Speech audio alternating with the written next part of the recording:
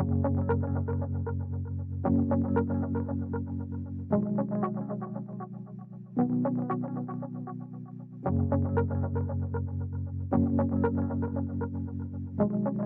name is Marco Ruffini, so I'm associate professor at Trinity College, Dublin. I'm also PI for one of the large research centers in Ireland on telecommunications called Connect. Now, within my own team that looks after passive optical network, but recently we also started looking into edge computing for telecoms, as well as Open RAN. It's a team of about 15 researchers. Now, a number of these researchers are going to be directly involved also in this project. To be said that this project involves also other teams. So there is a teams from Rutgers University, for example, that looks after the Cosmos testbed.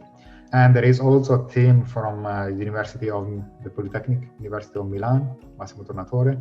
And Massimo is really an expert on the use of machine learning for quality of transmission prediction in optical networks. So we're going to come up together and run experiments across both our own testbed in Ireland and the testbed at Cosmos in New York, in the US. One of the main aims of the project is to develop a new control plane for our OpenIreland testbed infrastructure. And we want this to be compatible as much as possible with the Cosmos testbed in New York. And the idea is, and in addition to that, we also include a specific dedicated data plane between the two testbeds. So the idea is, we want that people that run an experiment in our testbed then can run a similar experiment in the other testbed without having to spend too much time in their configuration of the experiment. Now, we are also developing a network emulator, which is an extension of MinNet that I think most people are comfortable with. And this is really it's kind of a sandbox, so that even before you test things on the real testbed, you can test them on this emulator sandbox, so that you can do a lot of debugging at the beginning without wasting a lot of time on the test. So that's an additional thing. Now, in terms of experimentation that we want to do, we want to collect.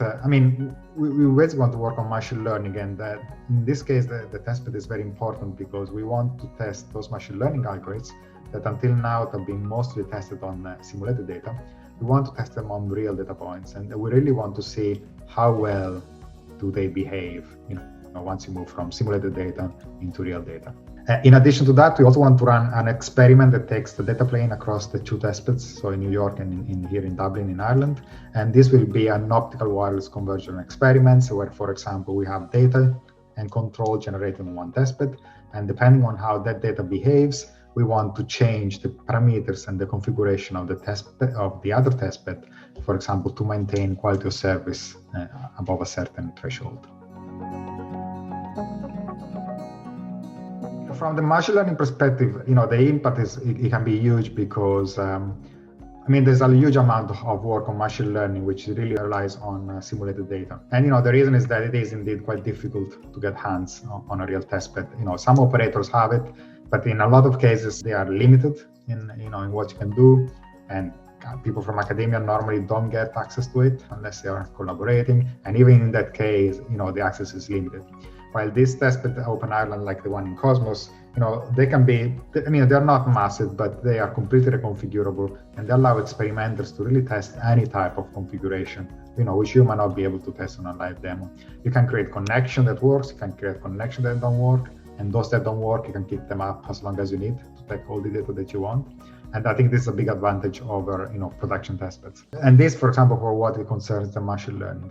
For the second experiment, the impact there is really, we want to see, for example, this could be a real use case where you have a service provider that, sends data from one country and he wants to have customers in some other country.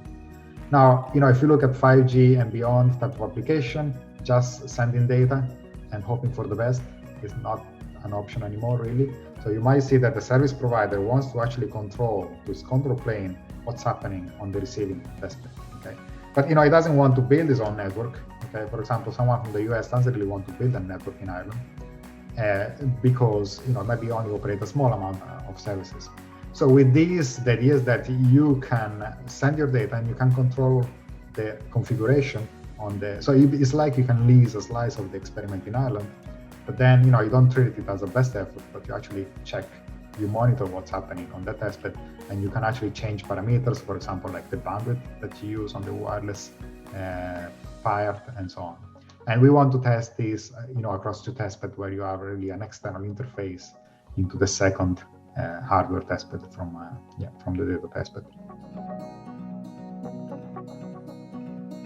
The results, from the machine learning, I think one good result will be, given some algorithms that are proven to work with a certain performance on simulated data, it'd be very interesting, to replicate the same topology on a real network and see how it would behave now that you have real data, and see, how big is the discrepancy on that. I think it's a great validation there. Another thing that you can do with this is what's called transfer learning. And in this specific case, it's transfer learning between the data that you get from simulated data points, so the results you get from simulated data points, versus the results that you get from the real testbed. And in principle, is to look at, is simulated data good enough to get great performance on a testbed, or do you need to do some sort of transfer learning where in addition to the initial learning with the simulated data, you also add real data points. And in that case, what percentage of real data point versus simulated data points do you need to get decent performance on your system? So then I think this is a really interesting type of results that we expect to get in there.